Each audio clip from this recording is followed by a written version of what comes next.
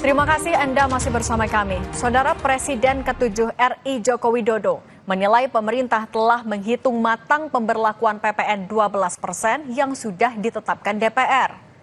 Jokowi bilang, jika itu sudah diputuskan oleh DPR, maka pemerintah harus menjalankannya. Sementara menanggapi keresahan masyarakat akan kenaikan PPN yang dinilai membebani rakyat, Jokowi mengatakan pemerintah pasti sudah berhitung dan mempertimbangkan dengan matang.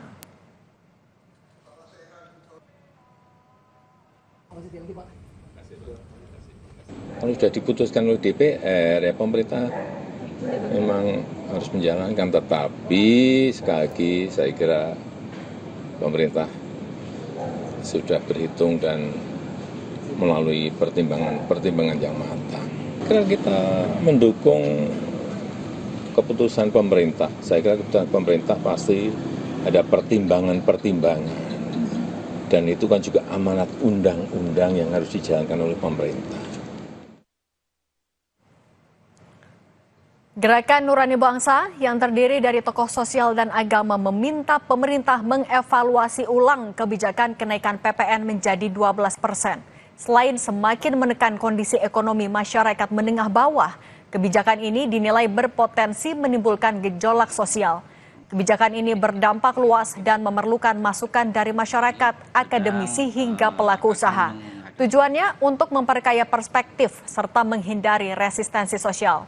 Salah satu tokoh GNB Alisa Wahid menyebut, untuk menambah pendapatan negara, pemerintah bisa mencari pos pemasukan lain seperti dengan cara memaksimalkan efisiensi anggaran.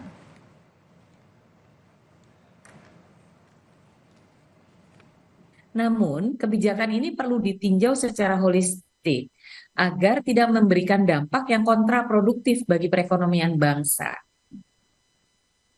Dalam menghadapi tantangan ekonomi yang makin kompleks, kami berharap pemerintah memberikan teladan melalui efektivitas dan efisiensi birokrasi, mengelola pendapatan dan belanja negara secara berhati-hati dan bijak, serta memformulasikan kebijakan yang berorientasi pada kesejahteraan sosial. Agar anak bisa membuatkan Indonesia maju.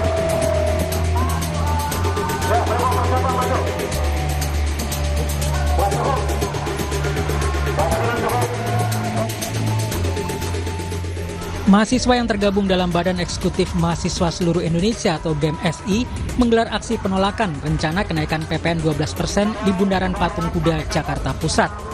Massa menuntut agar Presiden Prabowo Subianto untuk membatalkan PPN 12% yang dinilai menyengsarakan rakyat. Tuntutan kita sederhana, cuma ada 3 dan betul-betul terfokus terhadap isu PPN ini. Yang pertama, kita mendesak Presiden untuk mengeluarkan Perpu yang membatalkan PPN 12%. Yang kedua, kita mendesak pemerintah untuk berhenti memeras rakyat.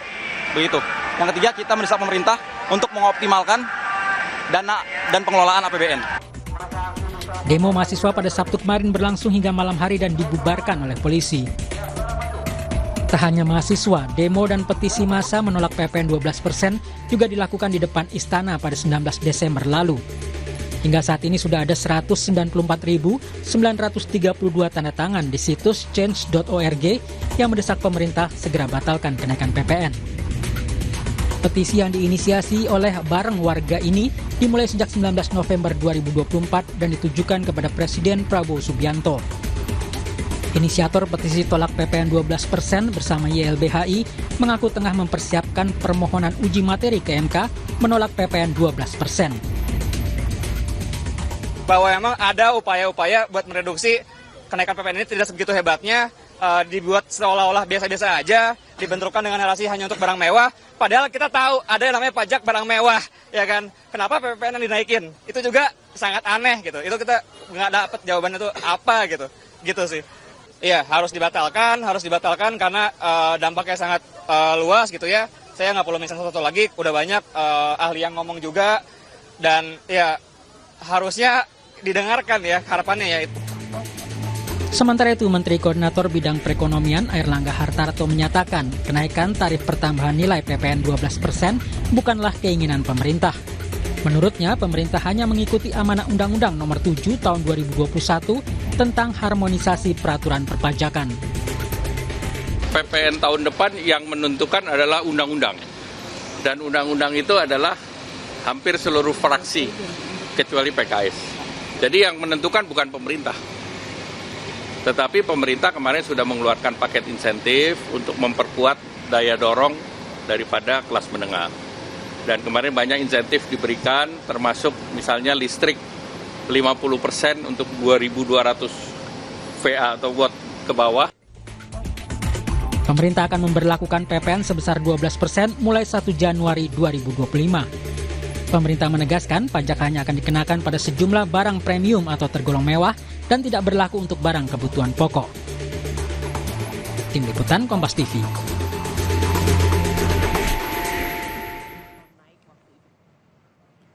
Soal tuntutan penolakan PPN 12% kami bahas bersama Koordinator Pusat BEM SI Satria Noval dan politisi Partai Gerindra Hendarsam Marantoko. Selamat petang semuanya.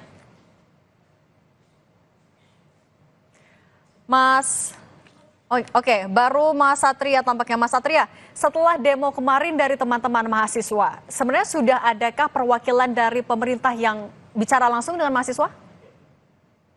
Iya, selamat petang, Mbak. Iya, sebelumnya saya mengucapkan selamat Natal dan Tahun Baru untuk masyarakat Indonesia. Menanggapi tadi, Mbak, apakah ada perwakilan pemerintah yang mendatangi atau bahkan berdialog pada teman-teman Mas Aksi? Saya pastikan tidak ada. Jangankan untuk kemudian turun, Mbak.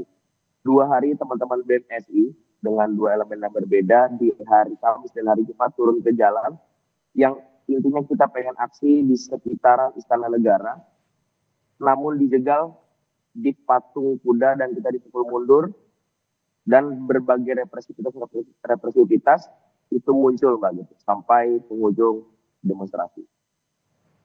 Oke, tapi kalau aspirasi dari teman-teman mahasiswa, apa yang sebenarnya paling memberatkan dari kenaikan PPN 12% ini dan harus didengarkan oleh pemerintah secepatnya?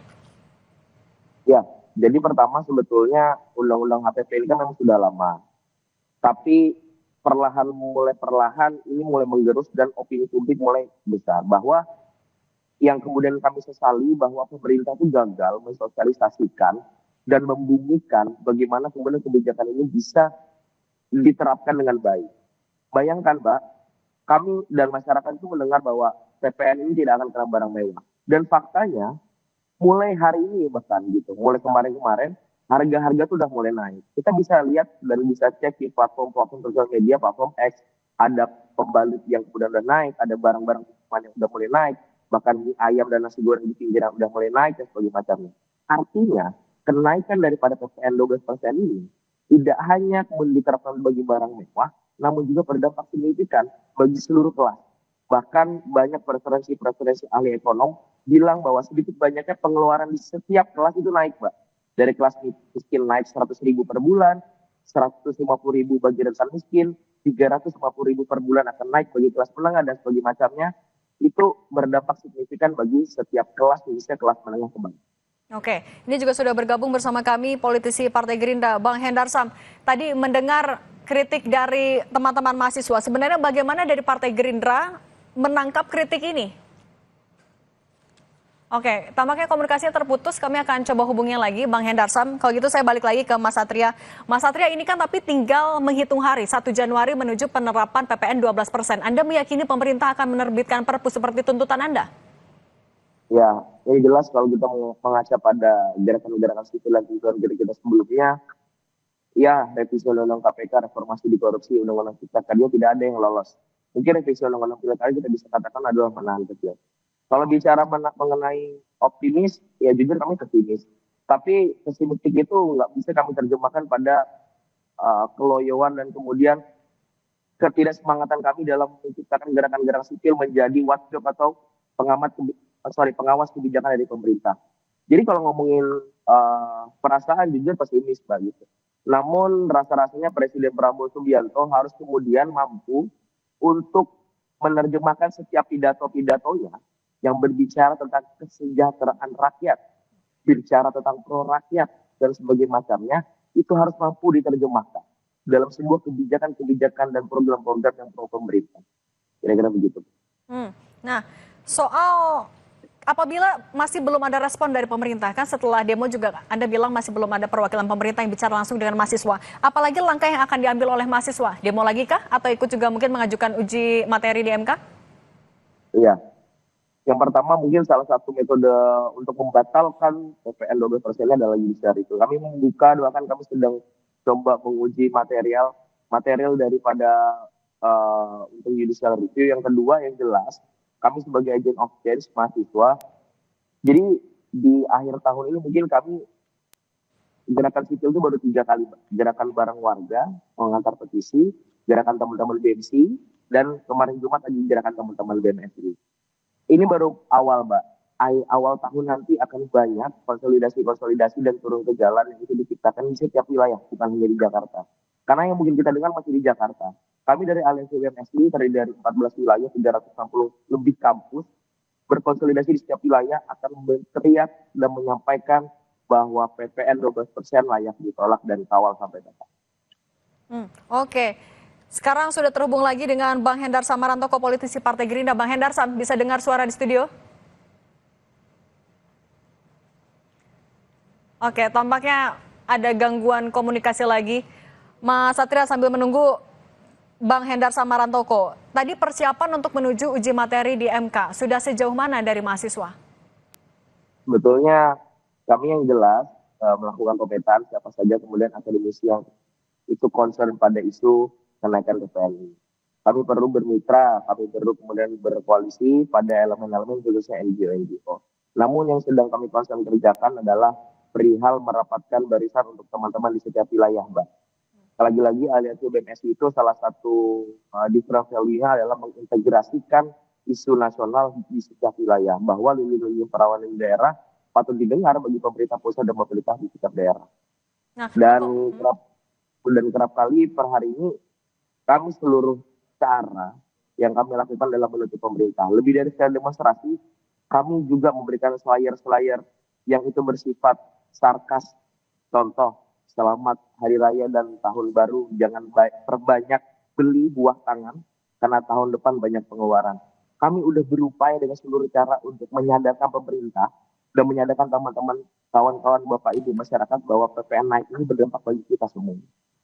Nah, mengkomunikasikan penolakan PPN di sejumlah daerah lain di luar Jakarta tadi, dari pantauan BMSI sudah seefektif apa sosialisasi itu ke masyarakat juga? Ya, pertama karena mungkin masyarakat masih banyak yang membantah bahwa enggak kok Mas, kalau misalnya PPN ini hanya buat barang mewah. Kita membantah balik bahwa enggak Bu, akan ada pengeluaran yang berdampak meningkat untuk ibu dan keluarga, untuk adik dan keluarga. Sosialisasi itu masih kami lakukan karena orang-orang masih terpengaruh pada buzzer-buzzer, pada narasi-narasi yang bagi kami tidak relevan pada realitanya gitu. Dan yang kedua, efektivitas di teman-teman wilayah, teman-teman mahasiswa, teman-teman BMSI di setiap wilayah, misalnya Jawa Timur, Jawa Barat, teman-teman dari Riau, teman-teman dari Kalimantan, teman-teman dari Sulawesi, dari Makassar, sedang konsolidasi, bahkan beberapa kota sudah turun aksi seperti itu, Mbak. Oke, kita coba lagi sapa Bang Hendar Sam, suara studio terdengar? Terdengar. Oke, Bang Hendar Sam, penolakan ataupun juga kritik soal penerapan PPN 12% di 1 Januari ini masih ada. Dari Partai Gerindra menangkap kritik itu seperti apa? Jadi ya satu yang pertama bahwa Pak Prabowo pasti akan memperhatikan ya dan menangkap aspirasi dari teman-teman mahasiswa dari civil society tentang masalah itu. Nah, yang berikutnya bahwa kami juga tidak menduga bahwa hal ini ternyata menjadi bergulung dan menjadi isu yang cukup serius ya. Karena sebagaimana kita ketahui ya, undang-undang ini tentang masalah kenaikan pajak secara bertahap ini sudah disahkan di 2021 dan kenaikannya itu ya kan dari 10% ke 11% ya, naik 1% itu di 2022 kita mungkin sama-sama nggak pernah dengar tentang masalah itu ya, hanya di permukaan, di cover aja beberapa pihak saja. Dan ketika beliau menjabat ya, sudah disahkan menjadi presiden dan tentunya beliau harus patuh terhadap undang-undang. Ada kenaikan di bulan kenaikan 1% ya, dari 11 ke 12%, dan ternyata ada reaksi dari beberapa pihak ya. Tentunya ini menjadi apa namanya itu concern beliau, kan concern kita semua. Kemudian ya langkah pertama dan di awal yang dilakukan adalah ini formulasi yang tepat dulu. Ya, formulasinya itu ya hanya mengenakan PPN kenaikan PPN 1% tersebut. Bang Hendarsam, maaf saya potong. Tapi tadi Anda sempat bilang kalau sebenarnya tidak menduga juga soal adanya reaksi seperti ini. Tapi kan Gerindra juga dulu menyetujui, artinya ini harusnya masuk dalam pertimbangan yang matang. Iya, makanya kan gini, kita bilang tidak menduga hal tersebut sampai bergulung seperti ini, karena ketika di 2022 itu kenaikan 1% itu sudah dilakukan, nggak ada reaksi ya seperti ini gitu loh. Ya kan, itu yang pertama. Yang kedua, ya pada saat itu kan di zamannya Pak Jokowi kan, kemudian masuk kepada periode pemerintahan beliau menjalankan amanat dan harus patuh dan taat kepada undang-undang. Ya, dia jalankan, pemerintah jalankan itu gitu. Oke, nah kalau itu kan, kalau itu terbit saat pemerintahan Pak Jokowi, tapi sekarang di tangan Pak Presiden Prabowo, apakah ada opsi atau arah-arah Pak Prabowo akan menerbitkan Perpu? Ya tentunya kan kalau masalah formulasi itu dalam bentuk Perpu atau dalam bentuk yang lain harus dikaji lagi. Tentunya nanti beliau akan berkoordinasi dengan menteri terkait, ya Menteri Perekonomian, ya Menteri Keuangan untuk melihat bagaimana mencari formulasi yang tepat terhadap hal tersebut. Di samping undang-undangnya itu sendiri, yang penting niat baiknya pasti beliau tangkap. Pasti beliau tangkap bahwa ada sebagian ini dari masyarakat, ya aspirasi dari masyarakat yang harus dilihat. Nah, harus dilihat juga bahwa apakah dengan formulasi yang ada saat ini hanya mengenakan ke pajak barang-barang mewah ini dan tidak terkena langsung kepada masyarakat bawah, ini sudah cukup apa tidak kan gitu kan? Nah, kan kalau harusnya yang teriak kalau seperti ini kan yang teriak masyarakat menengah ke atas kan, bukan masyarakat menengah ke bawah kan. Oke, Bang Hendarsam, tapi kalau pemerintah mau memformulasikan dulu strategi berkoordinasi dengan menteri terkait, tapi kan berlakunya di 1 Januari, tinggal berapa hari lagi, bisakah koordinasi itu dilakukan dalam waktu dekat sebelum 1 Januari? Ya itulah yang harus dilihat juga, kan nanti kan Menteri Hukum harus dipanggil dan Dirjen Perundang-undangan harus dipanggil juga untuk dimintakan pertimbangan kan tentang masalah itu. Yang menjadi masalah kan mungkin ini kan udah kalau saya tidak salah mendengar dan membaca bahwa ini bagaimana formulasi ini bisa tepat, karena harusnya kalau itu dilakukan masuk di era PBN di tahun berikutnya. Nah yang gini-gini kan yang sebenarnya yang harus dilihat bahwa negara kita juga kita dalam bernegara harus patuh dan taat kepada aturan yang ada, tanpa juga harus menyampingkan aspirasi dari berbagai elemen masyarakat. Nah, kemudian yang saya ambil contoh formulasi dan langkah progresif dari pemerintah pada saat ini dengan hanya mengenakan kepada pajak barang mewah saja ya untuk masyarakat menengah ke atas, itu kan langkah progresif sebenarnya. Yang uangnya juga kan nanti kembali kepada masyarakat ya, kembali kepada masyarakat dan tentunya masyarakat kecil. Nah, ini harus kita lihat. Tapi yang pasti catatannya kita sama-sama melihatnya harus benar-benar objektif, bukan hal yang sifatnya politis. Nah itu yang paling penting ya kan. Karena kalau yang kemarin-kemarin kan kalau kita lihat kan politis kan gitu loh ya kan. Diajukan oleh PDIP, sedangkan dari PDIP sendiri adalah partai yang menginisiasi tentang hal tersebut. Ketua panjanya adalah mereka kan, kemudian mereka nolak kan aneh kan gitu kan. Oke, nah, kalau ini dari ada pihak lain, mudah-mudahan akan ada formulasi yang tepat masalah itu. Oke, saya mau minta tanggapan dari Mas Satria. Mas Satria mendengar penjelasan dari Bang Hendarsam tadi, ya pemerintah akan melakukan koordinasi dan lain-lain mencari formulasi. Sudah cukup tanggapan ini untuk teman-teman mahasiswa? Iya, terima kasih Mbak. Ya Bang, sebetulnya kalau menanggapi, pertama pemerintah membuatkan statement, Pak Menko Airlangga bilang bahwa ini bukan keinginan pemerintah, tapi ini keinginan undang-undang. Undang-undang ada subjeknya di situ bahwa ada partai politik yang itu turut andil dalam mengesahkan misalnya ini. Oke, Abang bilang juga itu suara harusnya yang berteriak adalah suara rakyat kelas menengah ke atas bukan kelas menengah ke bawah. Tapi faktanya hari ini kelas menengah ke bawah yang paling berdampak pada kenaikan PPN. Yang kedua, siapapun orang dan kelas manapun itu adalah bagian daripada suara rakyat yang perlu direspon baik gitu oleh pemerintah, Bang. Kalau tanggapan saya yang dijelaskan kedua adalah jika dari pemerintah bicara tentang PPN naik ini akan dikembalikan kepada masyarakat, background saya ini bicara bahwa menarik pajak tanpa timbal balik untuk rakyat adalah sebuah kejahatan. Ini saya barengi dengan argumentasi bahwa berapa banyak program kerja, program-program kebijakan pemerintah yang tidak akurat. Beberapa bantuan sosial yang tidak akurat, penggemukan yang ada di kabinet merah putih hari ini menjadi kritik, dan pengelolaan APBN yang tidak efektif dan tidak efisien itu menjadi catatan penting gitu.